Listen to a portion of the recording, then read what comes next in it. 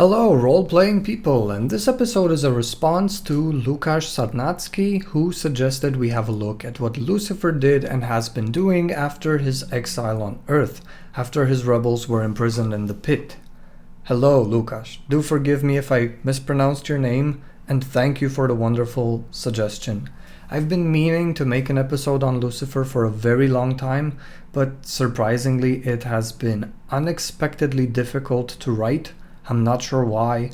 I've scrapped about 7 or 8 different versions of this episode over the last couple of months, some of them fully recorded and scheduled for release. And I'm still not sure I'm happy with the way I've collected the lore and taken my notes for this one, but hey, I'm just gonna go for it. My sources for this episode are the core rulebook, Earthbound, City of Angels, The Storyteller's Companion, 2 of the novels from the trilogy, specifically The Seven Deadlies and The Wreckage of Paradise, and last but not least, the prophecy book Days of Fire, which is supposedly written by Lucifer himself. Let's go. After the gates of the pit were shut forever, Lucifer found himself exiled into the world of mortals, alone, without any of his celestial rebels. With the loyalists seemingly gone, he could have just ruled mortals as their absolute god, without a single care for his imprisoned brethren. But this Lucifer, the morning star of Demon the Fallen, is not like that at all. We can only imagine what his motivation was. Maybe the need to somehow continue the war against heaven, maybe a sense of duty and camaraderie, the need to save his rebels from an eternity in hell. But what's clear is he gradually uncovered ways of pulling his comrades out of the pit. It is unclear how long this endeavor took, but after what we can imagine to be millennia, he found a way to harness humanity's divinity to bring his generals back into the mortal world. Did they deserve such kindness? Probably not, because even before their imprisonment, some of them had no love for either Lucifer or humanity. The core book, but especially the first chapters of the book Earthbound, tell us how the archdukes committed atrocities against mortals during the Celestial War, sometimes just for fun, just for entertainment, until the Morning Star forced them to cease such behavior, and how Lucifer's generals, the leaders of his legions, slowly started conspiring against him after they had been rallied to Genhinnom once more. They sabotaged his plans and betrayed the whole purpose of the rebellion. Despite this, Lucifer brings them out of the pit, because he still believes they can change their ways, serving his cause and doing good to humanity. But he is wrong. The entities he pulls from the pit are no longer his generals. He can't even regard them as celestials anymore. That's how hideous they have become from their torment, driven mad from pain and rage. By the time Lucifer fully understands that they are irredeemable and must be destroyed for the good of humanity, they've already grabbed onto so much of this world that he cannot send them back while they are this strong, and definitely cannot take them head on. Not only do they have cults to return them from the pit, the faith of countless mortals, but they can also summon more rebels from the pit, lesser fallen who can easily be forced and manipulated into servitude.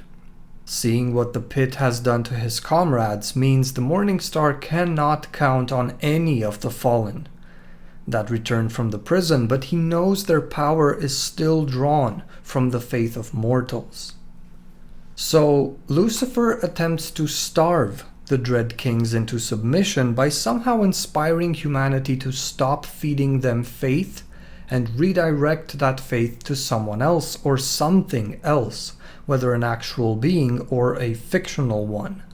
Through mortal prophets and written texts, he propagates a new monotheistic vision that tells strange, interesting stories about a people and their mysterious god. It's just familiar enough that mortals are intrigued by it and can relate to it on some level, but it also aims to challenge them. Because the central figure of this religion is a divine man, an enlightened human being, who fully acknowledges and embraces his divinity, a teacher and mediator, but also a rebel, a revolutionary whose goal seems to be inspiring people to move away from tradition and blind worship and believe in themselves, first and foremost, loving and caring for one another.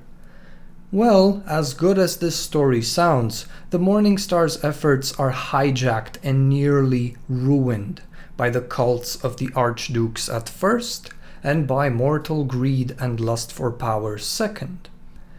After more than a millennia, his plan marginally succeeds in starving the Earthbound of their precious faith, though his entire teaching is inevitably corrupted and also becomes a tool of oppression, something that gets in the way of humanity grasping its inner divinity. By the Age of Enlightenment, even the strongest of the Dread Kings falls into a sort of hunger-induced slumber, something akin to a vampire's torpor. This is a huge victory for creation overall, and at this moment in history, mortals seem to be turning their attention towards reason and science instead of deities and faith. That sort of intellectual curiosity, self-reliance, and responsibility was probably very much to Lucifer's liking, because all he's ever wanted was for humanity to grow, to learn, to love, and to have genuine choice. And since we're talking about choice, I take you back to the moment of revelation, when Lucifer and his rebels first showed themselves to the All-Mother and All-Father. The Morningstar went last. He gave everyone else the honor of pledging their love first, starting with the 7th house. When his turn came to address the first mortals, the book says he knelt before them and spoke in soft whispers as he bade them to rise with a gentle stroke of his wings, which I think says a lot about his intention. But further still, he didn't force awakening upon them. He offered them a genuine choice, and I quote, "We come now not as officers of the cosmos and agents of its maker, but as individuals. We came of our own will to offer you a final gift, the greatest gift we can give, the only fit gift for our overwhelming love. You may take it and become like us and like God and be fully aware of the vistas of creation. Or you may refuse it and remain as you are and never more be bothered by our sight. We will never abandon you. Our adoration precludes it. But if you do not wish to receive our gift, speak now and we shall hide again, protecting and loving you only from afar." We cannot be sure that this is what actually happened, because this particular moment is recounted by a devil named Gaviel in the core book, and not only is his memory probably not very precise, but Gaviel might have twisted the story for his own benefit, though judging by how much Lucifer tries to elevate humanity throughout the entire history of the Fallen, it is not impossible that this is how things might have went down. But let us return to our timeline. So, the Earthbound are now deprived of faith and asleep, though humanity's spark of divinity is also dwindling. Where's Lucifer in all of this? Well, he is trying to educate and elevate his beloved mortals, as always. The book City of Angels tells us that Lucifer settled in LA sometime in the 1930s and tried making use of the entertainment industry to get his message of enlightenment and love to the entire world in a very accessible and seductive format. But as expected, this also worked a lot less than he had hoped. We can only imagine what awesome titles he must have inspired. Nevertheless, in the same book, we find out that Lucifer's torment rating is 1, and he is one of the last, if not the last, pure celestial. He doesn't need a host or a reliquary. He is untainted by the torment of the pit, and even he cannot withstand a direct confrontation with the Earthbound, which, come 1999, are awakening once more. So if he's a pure celestial, how has he been living all these years? What does he do every day? The answer to this question comes from the novel trilogy, the second and third volumes. Throughout the course of these books, Lucifer reveals and allies himself with Uziel, a slayer reconciler who, get this, was so bloodthirsty and ruthless during the war that the loyalists imprisoned him in the pit, though he was and still considers himself one of them. Yikes.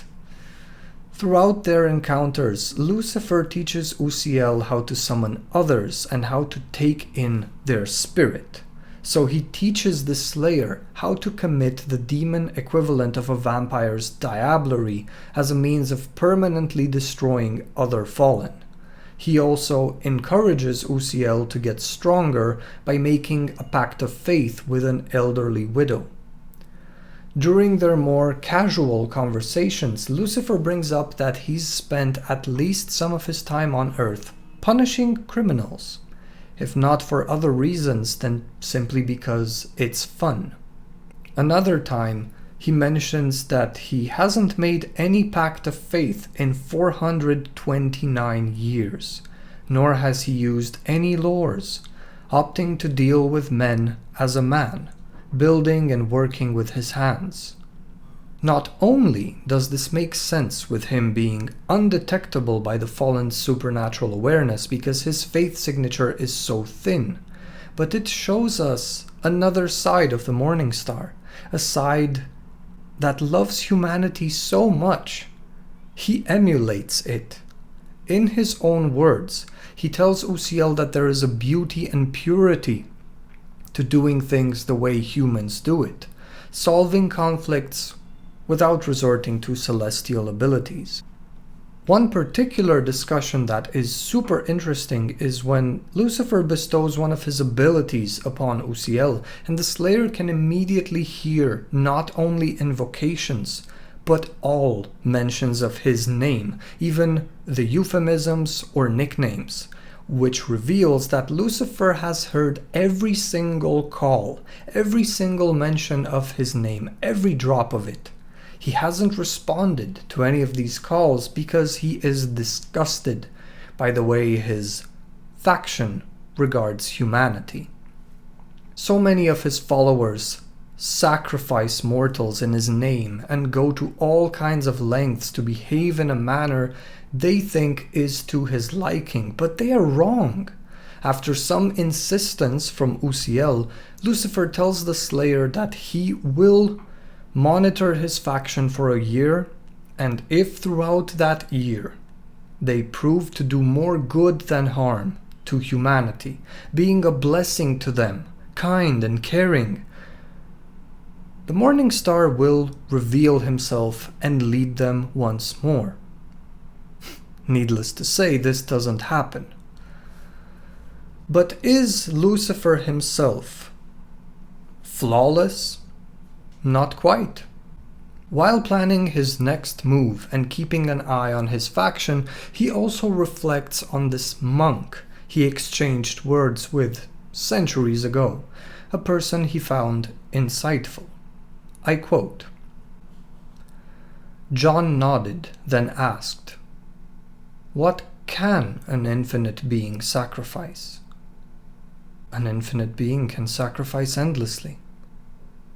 'Or can it sacrifice its infinity?' Lucifer thought about it. He felt a chill. 'Nah,' he whispered. 'What if that shudder in the world, which maddened the skies, as you said, and threw all into chaos, as you said, and brought death into the world, what if that was God becoming mortal?' Lucifer said nothing. What if God so loved the world that he would stop being God to save it? Old man, you make no sense. Given the choice between infinite virtue and infinite power, could a being of unbounded goodness make any choice save to... John never finished his thought because the devil killed him. Then Lucifer killed everyone John had talked with in the past year. Then he'd burned the monastery to the ground and breathed a vicious plague into the land so that the women and men of this region would have something to think about besides philosophy. But still, John's thought lived on in him. What if? What if God is dead? Lucifer whispered to himself, and can live again only through human choice. The thought made him shudder. As tragic as this encounter is, it reveals two things.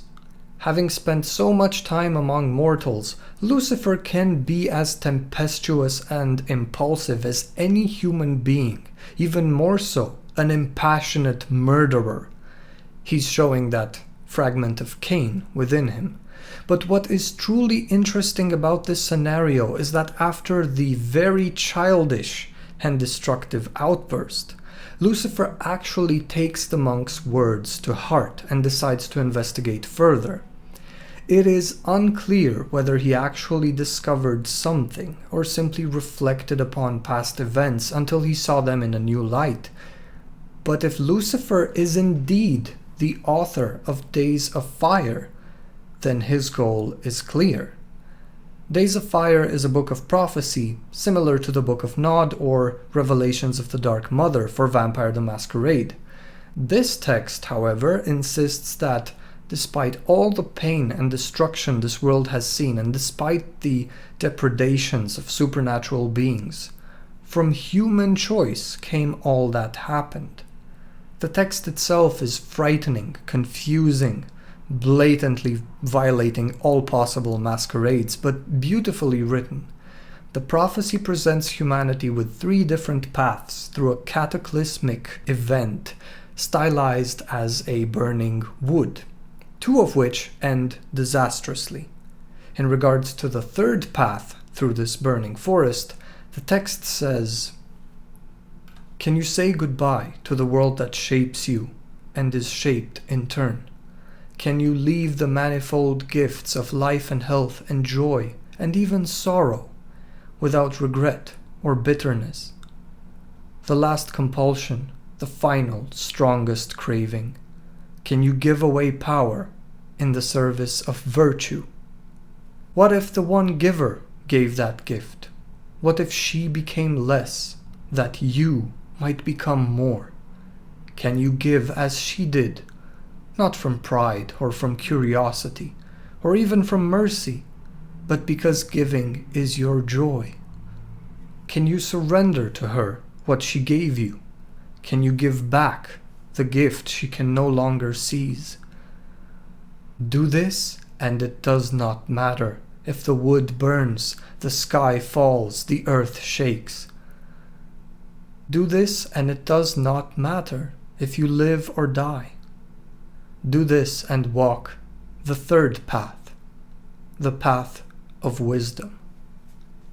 So you see, Lucifer in all his wisdom and splendor could not even conceive the fact that the giver might have died a long time ago, maybe even before the rebellion, because shattering into lesser parts that no longer belonged to the whole would have been the only way she could have given everyone free will, a genuine choice, the freedom to say, present yourself before the All-Mother and All-Father as an individual, not as an agent of heaven, and pledge your love. The Morning Star has been fighting a war that existed only in his head. The host and giver are no more, and it took a human being to get him to realize that. His real war is with the ones who once were his trusted generals, and who are now rabid monsters. But even if this world burns, somewhere far beyond the reach of celestials, there is a second world, calling humanity to a destiny that is reserved only for itself. I will stop this episode here, though there are many details that shape the Morning Star's portrait as presented in this game, and many more events to talk about, especially that one time he assumed his apocalyptic form on November 3rd, 2002 in LA. What I would safely take from this quick Lucifer lore hunt is that he never gave up on humanity, never stopped loving and trying to elevate them, even when everything seemed hopeless by mortal standards. He gave everyone multiple second chances, even his treacherous generals, because Lucifer has always had faith in those around him. Everything he does throughout this version of events is for others. Even his greatest bastion, Genhinnom, was built as a monument to human bravery in the Valley of Tears, on the very site where the first mortals stood up to Michael and chose to stand with their newly revealed friends. Something that impressed the Morning Star so much he shed a tear of joy. So he will never stop. He's seen it all and tried it all for countless millennia. Exiled to the mortal world, he's punished criminals and even committed crimes of passion himself. He has heard every single utterance of his name, and has probably destroyed quite a few of his fellow fallen. Now, it seems as though he's trying to give the world back to humanity. And if the giver is indeed no more, then it means Lucifer is doing all of this, not because he was commanded by his true name, but out of genuine love. Thank you very much for listening. Take care, have fun, and don't forget to play.